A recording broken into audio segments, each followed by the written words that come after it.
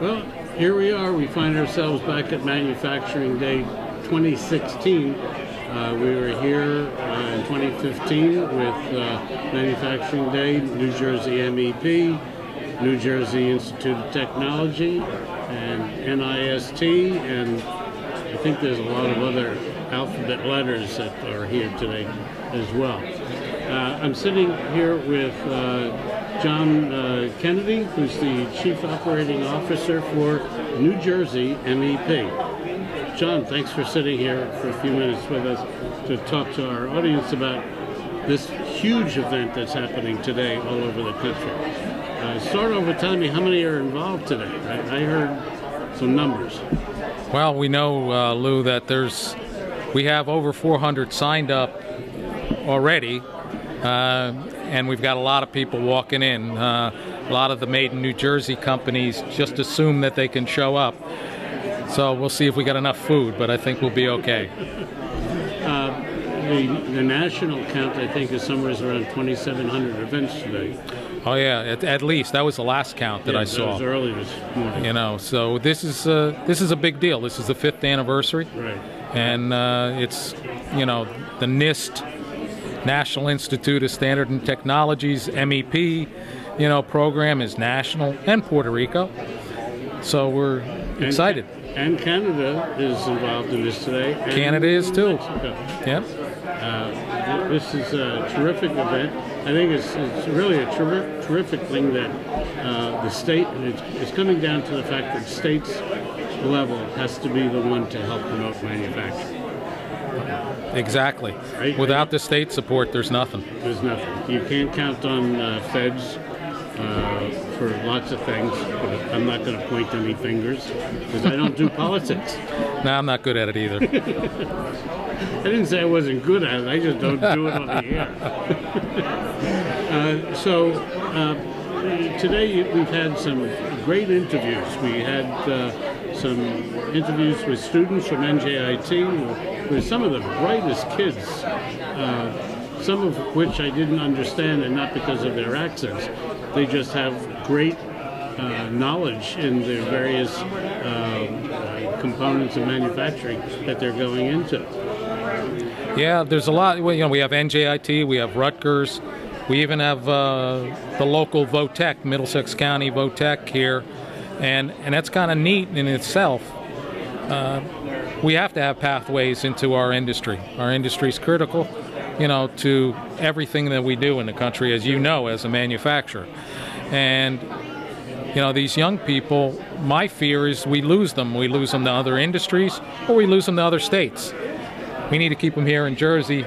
No offense to the other states. Oh, absolutely. But I heard some numbers this morning. I think the Lieutenant Governor stated that there's 248,000 jobs, manufacturing jobs in the state now, up by almost double over the last number of years.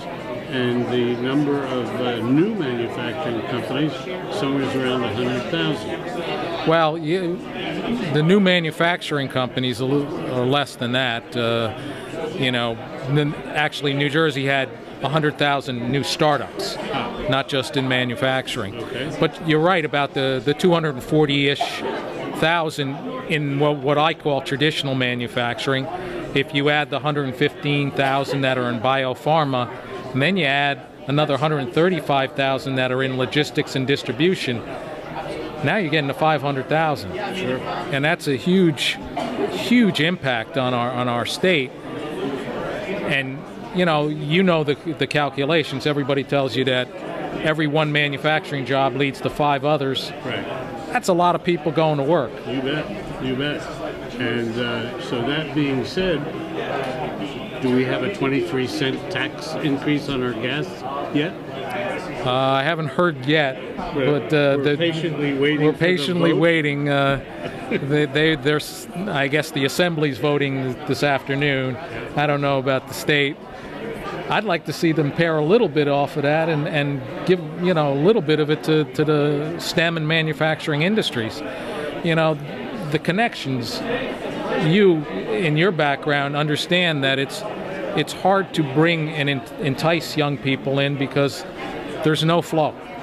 Right. So by able to expose them to these programs and these companies, it's amazing, the connection. And I'd love to see the state care about that a little bit more. We have some people, as you know, the honor roll that we started this year. There's a lot of people that do care. We need more.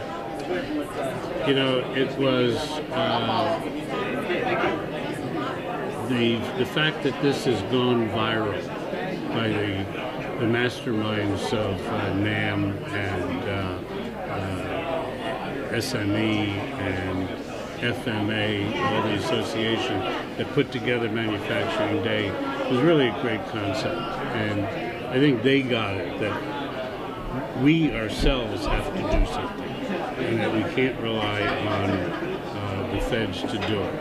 And I had a group of interviews this morning with the students who all talked about, and one of the questions I asked them was, so what did your parents say when you told them that you really don't want to go to college, you want to go into manufacturing, you want to work with your hands? What was the reaction?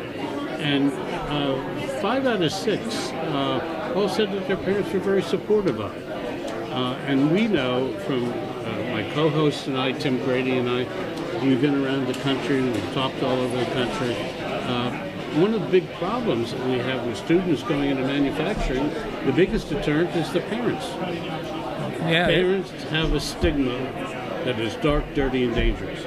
And it's not the same as your grandfather's blacksmith shop anymore. So I was glad to hear that the 5 students that I spoke to, that their parents were all very supportive. One of them even made a comment that as long as they don't have to pay for it, go for it. Well, yeah, it's good. The thing is, though, is that the vast majority of the parents don't see it because they don't know. Right. They've heard manufacturing's been dead for 35 years.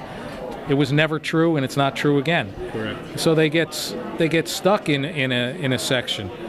And that isn't good for a lot of reasons, because just because a kid goes into manufacturing and works with their hands doesn't mean that eventually they don't want to go to college and become a manager or a supervisor or a finance person in one of these companies.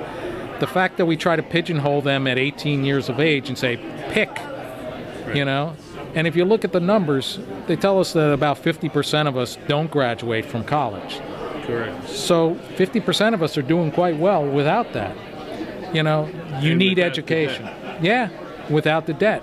Well, that's the other thing that sort of scares me a little bit, that we don't pay attention to, that situation where, in New Jersey especially, the county colleges are great options. Mm-hmm. And then you can go on to college and your debt is significantly less.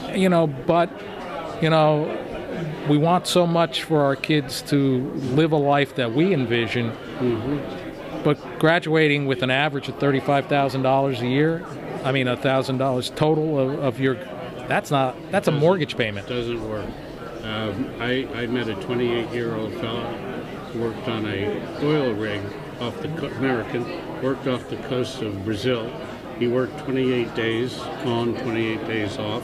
In 28 days, he flew back to Alabama, where he lived and married kids. And he was earning $175,000 a year, all in. Perks, 401, everything. But he also knew that this was a short-lived career. That it's not something that you can do into the 50s and 60s and so on because of accidents, health, and so on and so forth. But the kid had a great career choice mentality. He had a financial advisor who was taking his money, investing it wisely. I didn't know what a financial advisor was until I was 35 years old. And, the world's changed. And so we're glad to see that there are people like you who've committed yourself to help manufacturing. And we certainly do appreciate it. Well, I appreciate being on, being a Jersey boy, owning a manufacturing company and an engineering company. This is my life. Got it. Thank you, Lou. John, thank you very much. I appreciate you being on.